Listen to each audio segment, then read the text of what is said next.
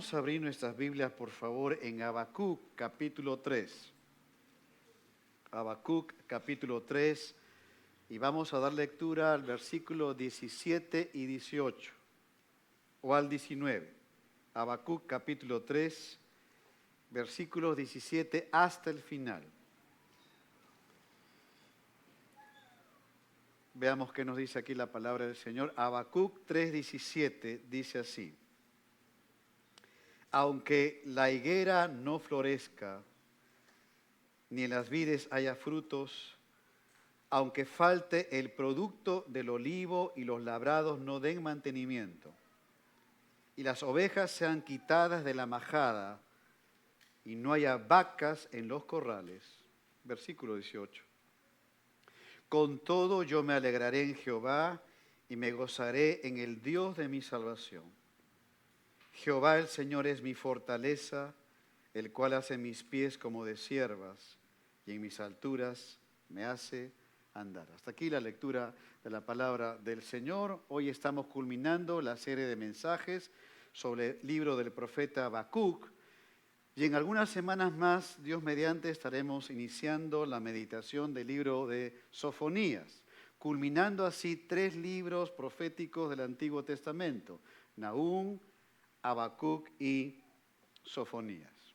Ahora, al final del libro de Habacuc, veamos que el profeta culmina con una confesión de fe, a pesar de la crisis que se avecina con mayor intensidad para Judá.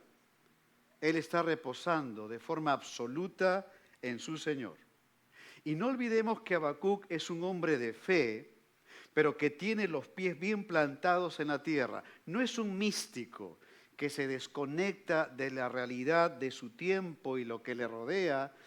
Tampoco es alguien que ignora los principios de la palabra de Dios, las leyes espirituales de las Escrituras que rigen en este mundo, pero que con todo eso que él ha analizado, él se da cuenta de que a Judá le avecina una disciplina, que no hay arrepentimiento en Judá y por lo tanto Dios tendría que cumplir aquello que está profetizando con Habacuc, con Jeremías, con Sofonías también, y que en pocos años vendría una disciplina para su pueblo.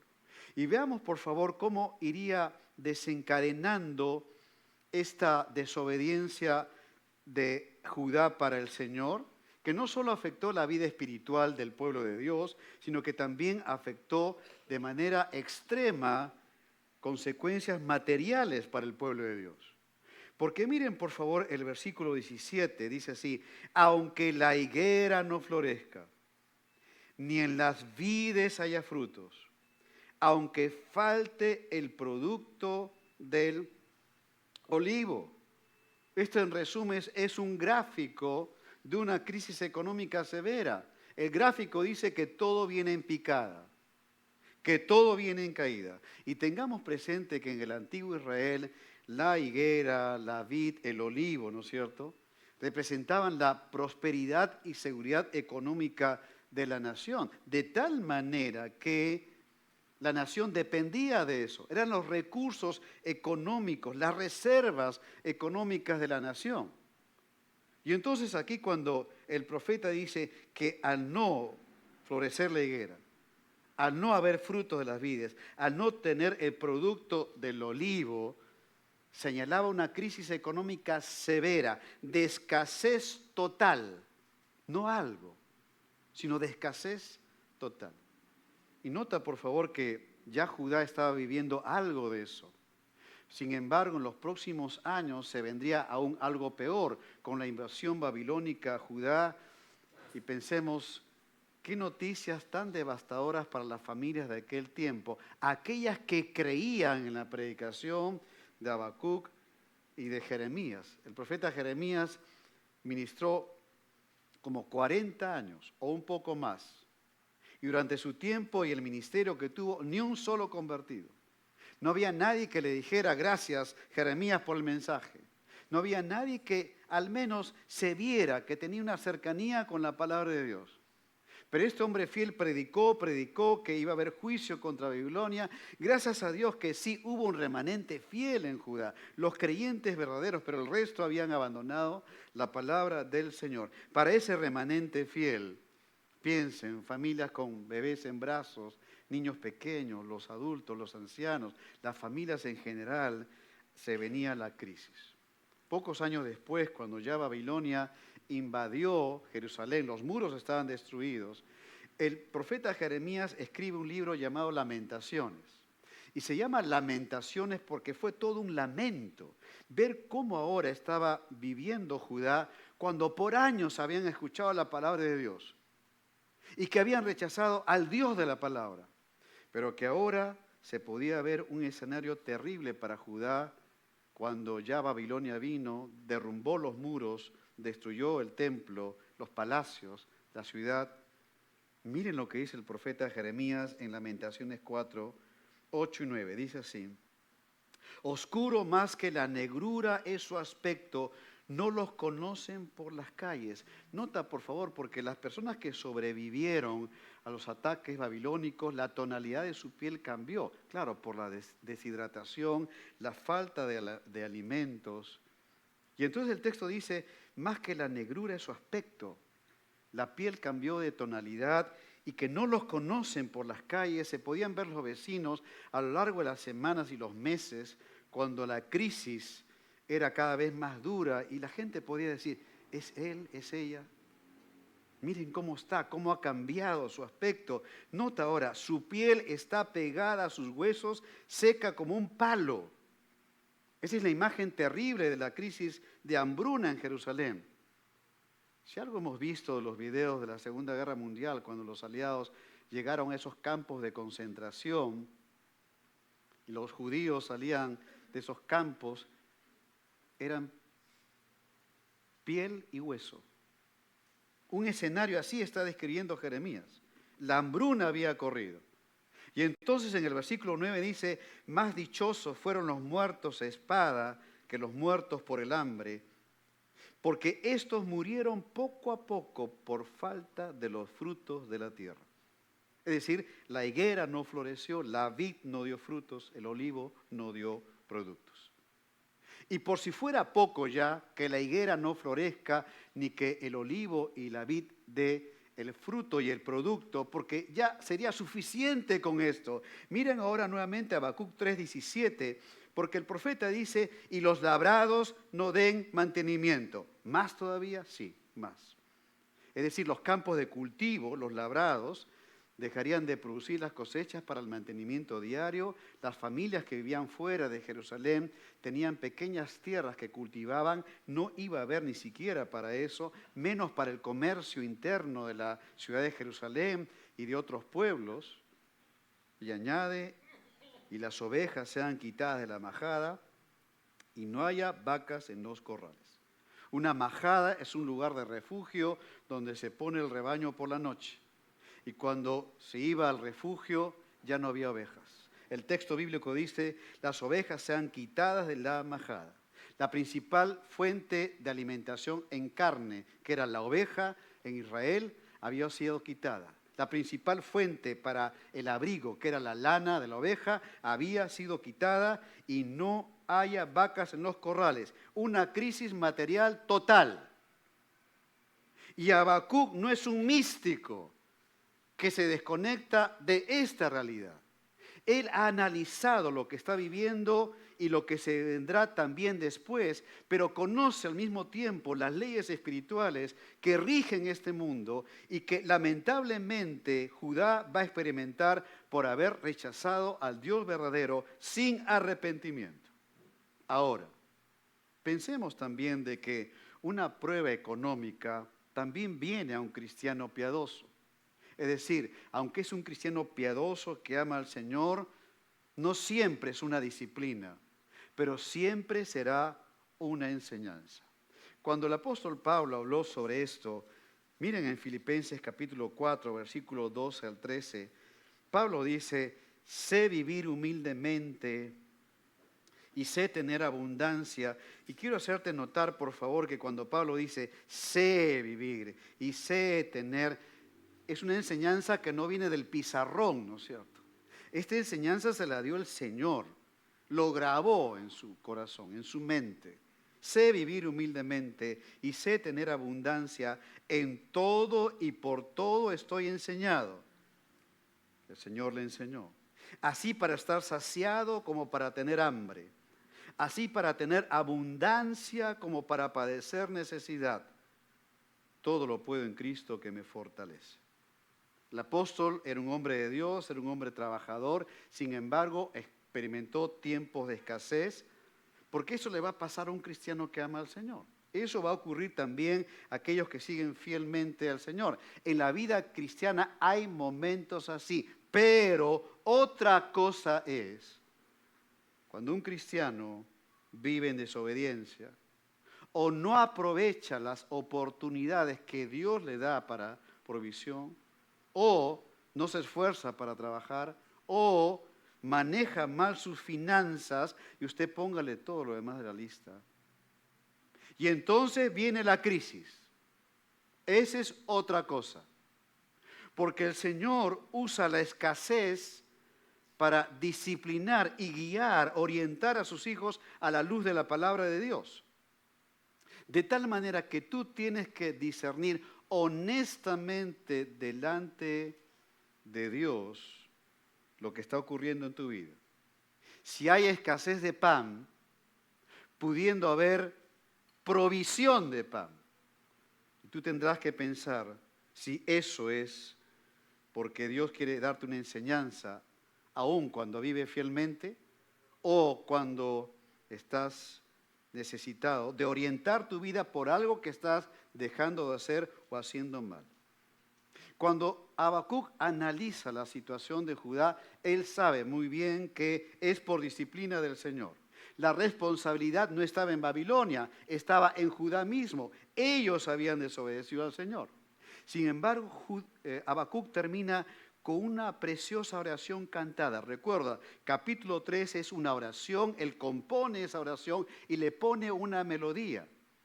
Y en esta oración cantada, él da una declaración de fe plena en el Señor, aún de todo lo que él está viviendo. ¿Cuál fue esa declaración? Mira en primer lugar, punto número 1, el gozo en medio de las pruebas. Mira el verso 18 nuevamente, con todo yo me alegraré en Jehová y me gozaré en el Dios de mi salvación. Con todo aquí Habacuc se refiere a todo lo que ha dicho anteriormente, es que la higuera no va a florecer, la vid no va a dar fruto, el olivo no va a dar el producto, no va a haber ovejas, no va a haber vacas, con todo eso, pero también con todo lo que Judá está viviendo en su pecado, que pudo haber hecho de que Habacuc entre en una frustración tremenda, y con todo el poder babilónico que se venía para arrasar Jerusalén, y que pudo caer el profeta en un afán y desánimo, pero con todo eso, yo me alegraré en Jehová y me gozaré en el Dios de mi salvación. En otras palabras, Habacuc había aprendido una disciplina espiritual, que es la disciplina de fijar la mirada en Dios sin dejar de pisar tierra. Poner la mirada en Dios a pesar de lo que sabemos, de lo que nos rodea, las circunstancias que vivimos. Todo eso, al igual que Habacuc, a él le permitió tener alegría y gozo en su corazón. Y entonces uno se pregunta, ¿cómo puede ser que aquí el profeta experimente gozo y alegría en plena crisis? ¿Cómo puede ser que este hombre soporte eso? ¿Tenía algo en especial Habacuc? Alguien podría decir de forma coloquial, ¿de qué planeta era Habacuc? No, este hombre era del planeta Tierra. No tenía nada en especial. A él mismo le iba a rebotar las consecuencias del pecado de Judá. Corría sangre por sus venas. Este hombre sufría como otro sufría.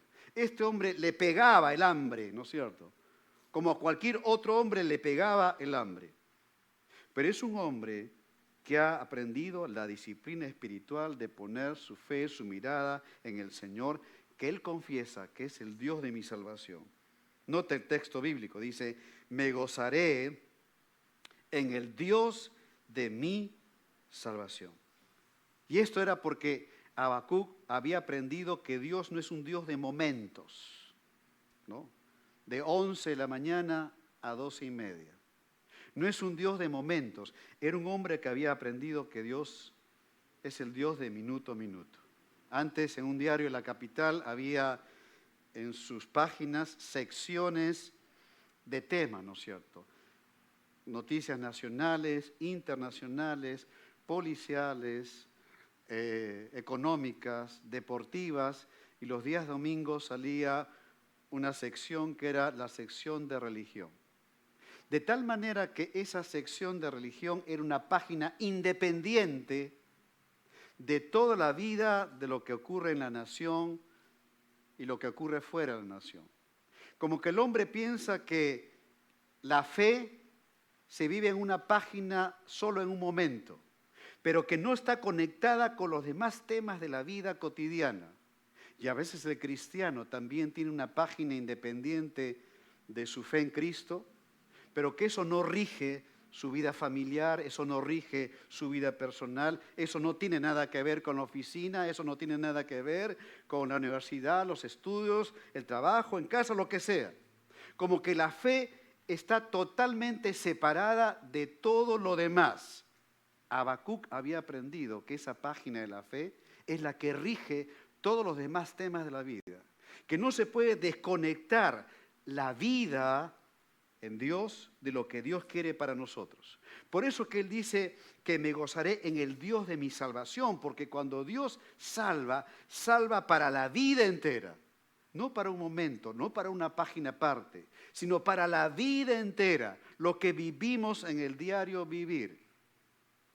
Y acá el profeta había aprendido a gozarse en Dios cuando había sustento o escasez, cuando las cosas salen bien o cuando las cosas salen mal, porque Dios sigue siendo un Dios inamovible. Miren por favor lo que el apóstol Pablo dijo en cuanto a mirar al Señor en Colosenses capítulo 3. Mire, Pablo dice lo siguiente: si pues habéis resucitado con Cristo. ¿Cómo que hemos resucitado con Cristo? Cristo murió hace más de 2000 años atrás. Yo no estuve allí. ¿Cómo que hemos resucitado juntamente con Cristo? Es un milagro espiritual. Si te has convertido a Cristo, has resucitado espiritualmente con Cristo a una vida nueva. Es lo que se ilustra en el bautismo bíblico, cuando un creyente es sumergido en el agua y es sacado del agua. Eso de salir del agua ilustra que ha sido resucitado a una vida nueva. Esta ilustración ilustra una realidad en la vida del creyente. Porque cuando hemos abrazado el Evangelio de la gracia, en ese mismo momento hemos resucitado a una vida espiritual juntamente con Cristo, lo que Él te ha concedido por pura gracia. Y Pablo dice: si pues habéis resucitado con Cristo, si eres de Cristo realmente, ¿qué tiene que suceder? Buscad las cosas de arriba, donde está Cristo sentado a la diestra de Dios. Vive en este mundo poniendo y fijando tu mirada en los principios del reino de Dios. Buscad las cosas de arriba. Que tu mirada no se distraiga y comiences a acomodar tu vida cristiana con valores y prioridades de este mundo. No te desenfoques. Ten en cuenta que hay leyes espirituales en las Escrituras que rigen para esta vida. El Señor te ha salvado para la vida y puedas vivir plenamente en Cristo. Y observa que el texto dice: buscad las cosas de arriba, donde está sentado, donde Cristo está sentado a la diestra de Dios. Gloria al Señor. Él está vivo. Cristo está sentado a la diestra de Dios. No podemos olvidar esto. Mira cómo Pablo lo reitera en el versículo 2. Poned la mira en las cosas de arriba, no en las de la tierra. Nota que es un mandamiento. Poned. El versículo 1 hay otro mandamiento: buscad. Y mira por favor que este mandamiento no es para un místico. Es para un cristiano que ha entendido que hay leyes espirituales que rigen en este mundo para toda la vida y que caminando por este peregrinaje hacia la patria celestial tiene que poner en práctica esto que dice la palabra de Dios en todas las áreas de su vida, poniendo la mirada en el Dios de los cielos.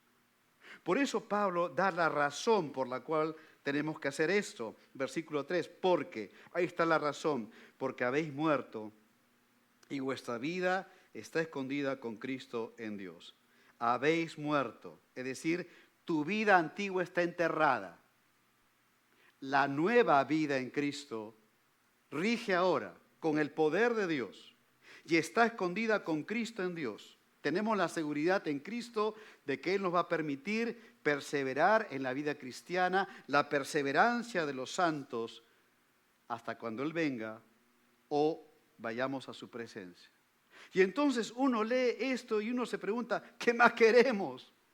¿Qué más queremos? Por gracia de Dios podemos poner la mirada en el Señor y que su palabra sea la que rija nuestras vidas en medio de todas las tareas, desafíos, pruebas, vicisitudes que tú y yo experimentamos en esta vida a diario y que sabes bien lo que significa. Y para que veas que Pablo, cuando enseñaba, aterrizaba bien lo que él enseñaba, vamos a leer a una porción de Filipenses. Colosenses y Filipenses se escribieron desde el mismo lugar, desde la prisión domiciliaria donde Pablo estuvo. De tal manera que esto que está enseñando a la iglesia de Colosas lo aterriza en la iglesia, en una enseñanza a Filipos. ¿Qué enseñanza? Mira ahora Filipenses 4 al 4 al 7. Dice así Pablo, regocijaos en el Señor siempre. Otra vez digo, regocijaos, ¿no es cierto? Él se gozaba en su Señor. Nuevamente, esto Pablo lo escribió desde un arresto domiciliario por predicar a Cristo. Eso significaba de que estaba en una pequeña habitación con un soldado romano en turnos las 24 horas del día, encadenado las 24 horas del día, no tenía libertad, no tenía privacidad, era algo muy difícil y aún así Pablo ha aprendido a poner su mirada en el Señor. Y él dice, regocijaos en el Señor siempre. Otra vez digo, regocijaos. Y entonces uno lee esto y dice, ¿de dónde era Pablo? ¿De dónde era Pablo? Pablo era un creyente salvado por la sangre de Cristo y aunque las cadenas marcaron esos brazos, ¿no es cierto? Y había dolor físico, él pudo regocijarse en el Señor. Y mira por favor en el versículo 6, cómo él termina esta parte. Dice, por nada estéis afanosos, sino sean conocidas vuestras peticiones delante de Dios, en toda oración y ruego con acción de gracias, y la paz de Dios, que sobrepasa todo entendimiento, guardará vuestros corazones y vuestros pensamientos en Cristo Jesús. Para Pablo, Dios Padre, el Señor Jesucristo, no era una página aislada de su vida, era parte integral de su fe en el diario vivir, confiando en el Señor minuto a minuto. Habacuc va a decir, con todo yo me alegraré en Jehová y me gozaré en el Dios de mi salvación. Él iba a sufrir, iba a tener también las consecuencias de la crisis, iba a tener momentos tristes, no todo iba a estar viento en popa. Sin embargo, él no quería pecar, dejando de alegrarse y gozarse en su Señor. Mira por favor el Salmo 16:11. Mira esta tremenda verdad. Dice, me mostrarás la senda de la vida, en tu presencia hay plenitud de gozo, delicias a tu diestra para siempre. En tu presencia hay plenitud de gozo. Si tan solo pudiéramos ser conscientes un poco más de la presencia de Dios en nuestras vidas, eso añadiría un gozo tremendo a nuestras vidas y corazones. Y saber de que tenemos un privilegio que el salmista no lo tenía, de que el creyente es templo del Espíritu Santo. Y si pudiéramos ser más conscientes de que en la presencia del Señor hay gozo. Hay gozo. ¿Por qué? Porque en el Señor hay gozo en medio de las pruebas, en primer lugar. Pero observa, en segundo lugar, es la fortaleza en medio de las pruebas. Porque el versículo 19 dice así, Jehová el Señor es mi fortaleza, el cual hace mis pies como de ciervas y en mis alturas me hace andar. Pensemos que lo que vivió Habacuc fue suficiente para quebrantar su fe, que él dejara el ministerio profético, renegar de Dios. Sin embargo, pasó la prueba y fue aprobado por Dios. Y en las circunstancias angustiantes que estaba teniendo Habacuc, él pudo fortalecerse en su Señor. Mira el versículo 19. Jehová el Señor es mi fortaleza. No dice fue. Porque para Habacuc Dios no es un Dios de éxitos pasados. Es el Dios del presente, de su fe en el presente. Por eso el profeta dice, Jehová el Señor es mi fortaleza. Mira ahora lo que dice el salmista, Salmo 18. Mira estas preciosas verdades de cómo el Señor nos fortalece. Mira lo que dice el versículo 1. Te amo, oh Jehová. Lindo, ¿no es cierto? Te amo, oh Jehová, fortaleza mía.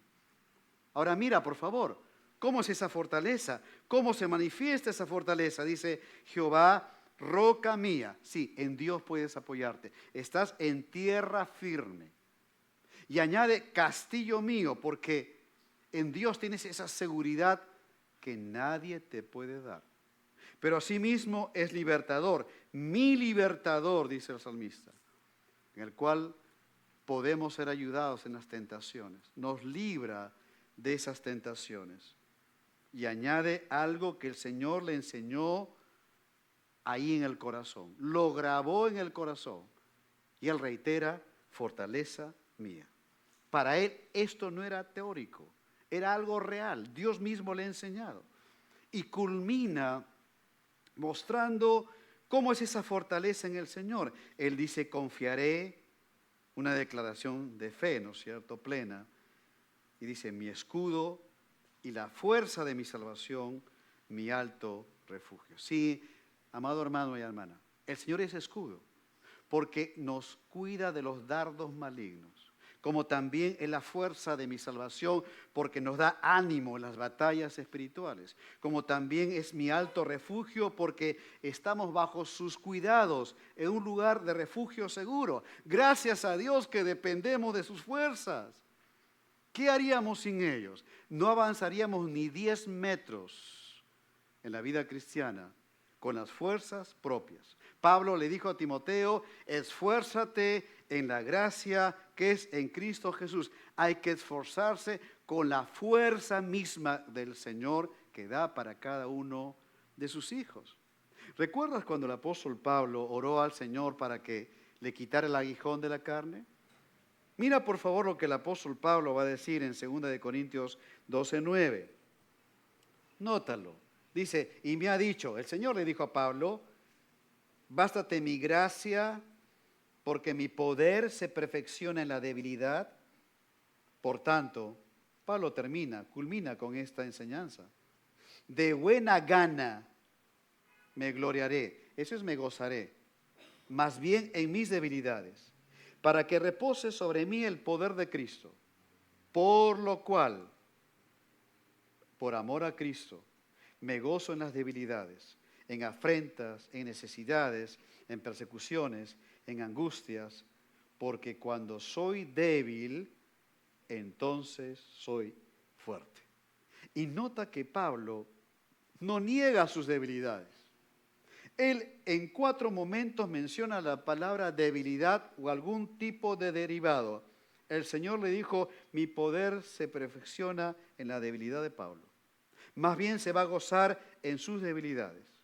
Y se goza en esas debilidades y en afrentas, necesidades, porque cuando es débil es fuerte. Ciertamente el Señor fortalece, amado hermano, por su gracia poderosa, fortalece nuestras vidas en esas debilidades que tenemos que ser conscientes delante de Dios que las tenemos.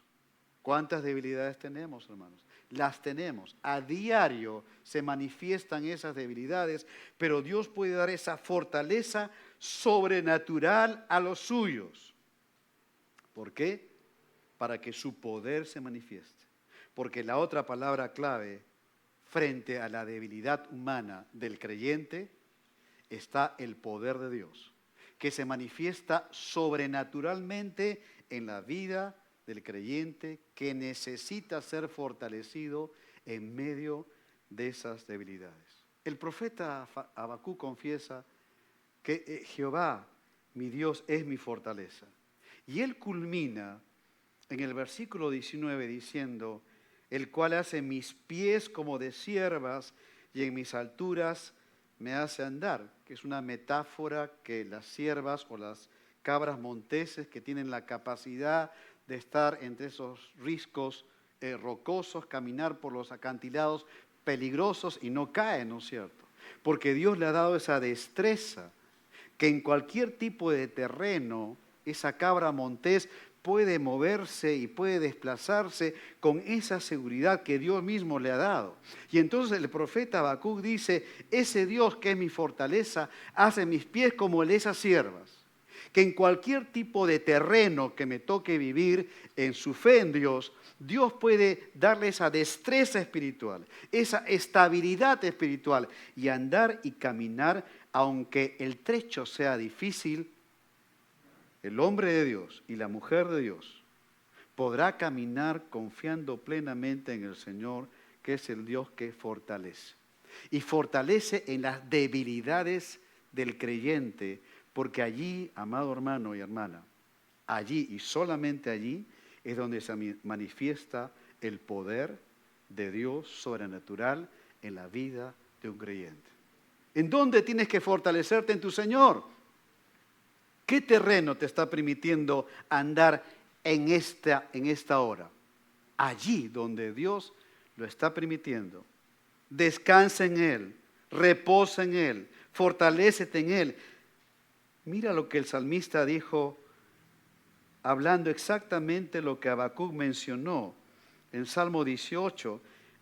El salmista dice, porque ¿quién es Dios sino solo Jehová? ¿Y qué roca hay fuera de nuestro Dios? Dios es el que me ciñe de poder y quien hace perfecto mi camino, quien hace mis pies como de ciervas y me hace estar firme sobre mis alturas. Y nótalo, el que me ciñe de poder. El poder de Dios manifestándose en cualquier terreno en que Dios esté permitiendo que ahora mismo puedas desplazarte y donde allí se manifiesta el poder de Dios. Mira que la Biblia enseña que confiar en el Dios que fortalece es un mandamiento, no es una sugerencia. Cuando leemos Isaías 26:4 dice, confiad en Jehová perpetuamente. Nótalo, es un mandato. Es decir, no obedecerlo es falta de fe, lo cual es pecado. Y la Biblia dice, Dios dice, confiad en Jehová perpetuamente. ¿Por qué tengo que confiar en Él? Porque en Jehová, el Señor, está la fortaleza de los siglos. Gloria a su nombre. ¿Qué necesitas soltar para aprender a confiar en el Señor? ¿Qué necesitas dejar? ¿Tu confianza en ti mismo? ¿Te gusta tener el control de todo? ¿Quieres tener todo el panorama claro en tu vida? Y si no, no das el siguiente paso, hermanos. Cuando vivimos la vida cristiana, recuerda que Habacuc dijo, mas el justo por la fe vivirá. ¿Cuál es el siguiente paso que tenemos que dar, aunque no lo entendamos todo y aunque el terreno esté rocoso? ¿Cuál es el siguiente paso? Siempre será el paso de obediencia. Y el siguiente, de obediencia. Y el que viene, de obediencia. Y el siguiente, de obediencia. Y todo lo demás lo dejamos a Dios. Como ese Dios soberano, Él se encargará de darnos su fortaleza en medio de la debilidad del creyente, cualquiera que sea esta. Que tu vida, querido hermano, como la mía, no sea una página aislada de fe, sino que pueda integrarse a ese Dios de mi salvación, que me salvó para vivir la fe en toda la vida, de lo que Él nos ha concedido, para que esa vida sea de exaltación y gloria y honra para aquel Dios que nos rescató.